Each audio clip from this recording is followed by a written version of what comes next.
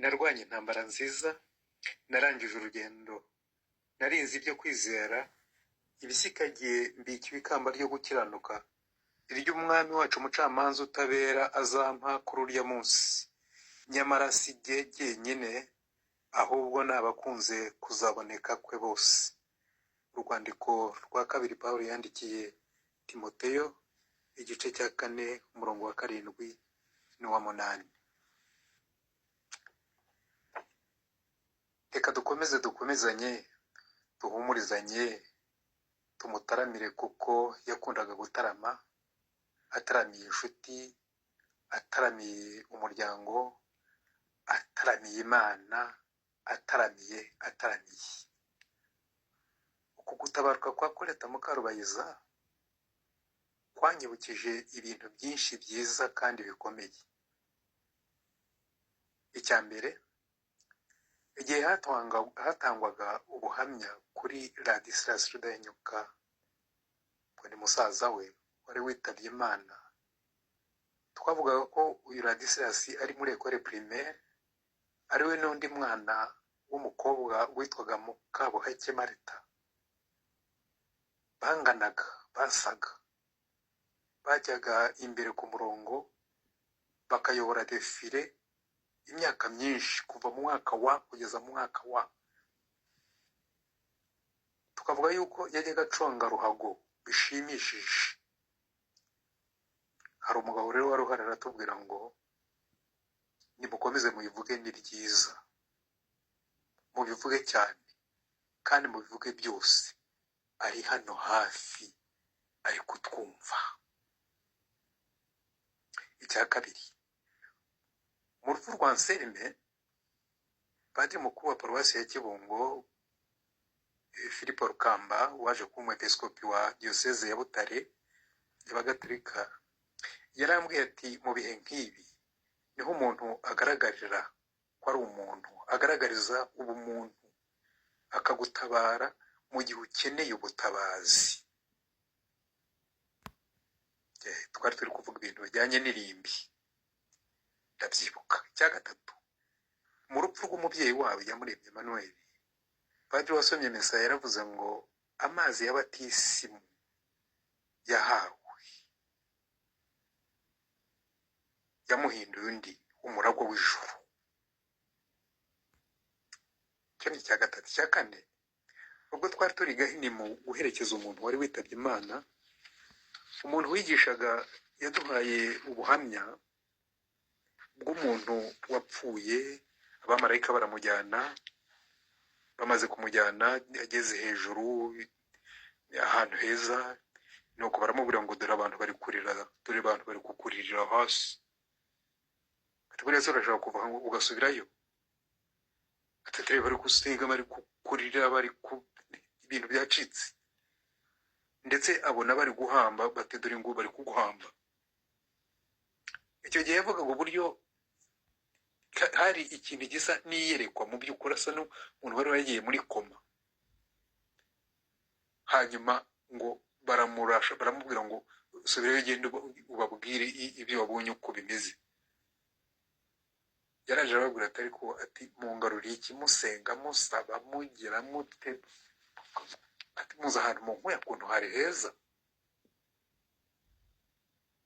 Ati nabonye muhamba, ati icyo mwahambye buriya yari ingobyi, placenta. Ati iyo umuntu amaze kuvuka, umwana amaze kuvuka, ingobyi barayita, ikintu mwahambaga ni ingobyi, ntabwo yari igi. Igitangaza. Burya Imana irareba, Imana yacu irareba, irumva, ituri hafi. Tubibuke iteka. Impamvu rero duhumurizanya ni uko dufite ibyiringiro byuzuye, kwizera kudashidikanywaho ko iwacu ari mu ijuru, ntabwo ari kuzimu pe, ntabwo ari kuzimu mu mva.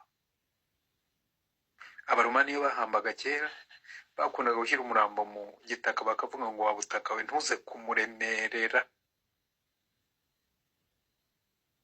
Iwacu ntabwo ari hasi, ni mu ijuru.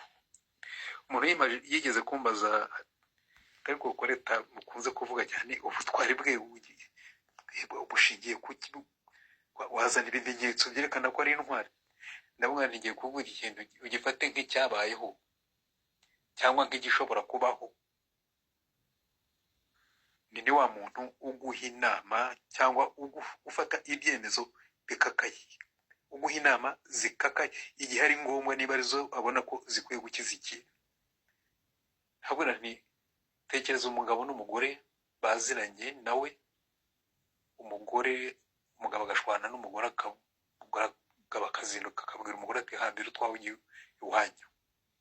ariko yibuka ko mama Robert ari umujyanama, aragenda aramubwira ati umugabo wanjye aranyirukanye, arambwira ngo nijye iwacu. Koleta ati ngo ujye iwanyu? wese ntagira iwabo, wese agiye iwabo. tugere umugore ngo nawe ujye iwanyu, nanjye ngiye iwacu. atari ko ntiwabishobora, reka ze mbikuvugire. araza ati zana izo funguzo ebyiri, rumwe aruha umugore urundi aruha umugabo, ngaho ni mujyi wanyu murakiza, muzongera musezerane igihe muzahurira ahangaha. wamukuriye iwabo kuzamusubiza iwabo. tubona urugero nguhaye rw'ibifatika kandi bishoboka. ibyo kwirukana biba bihagarariyeho, birarangira. kandi rero Koleta Mukarubayiza turamuvuga kuko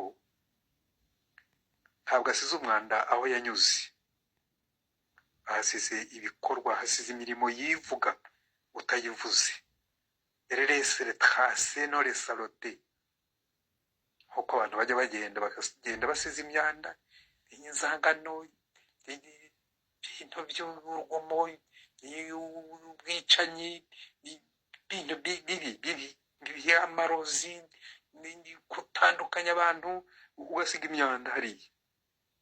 niyo mpamvu ariya magambo ya Pawulo yandikira Timoteyo, narinzi ibyo kwizera. ashobora kureta kubivuga nawe ati narinzi ibyo kwizera kandi ndangije urugendo rwanjye, nta kindi biki usibye ikamba ry'ubugingo umwami wanjye azama, umucamanza utabera.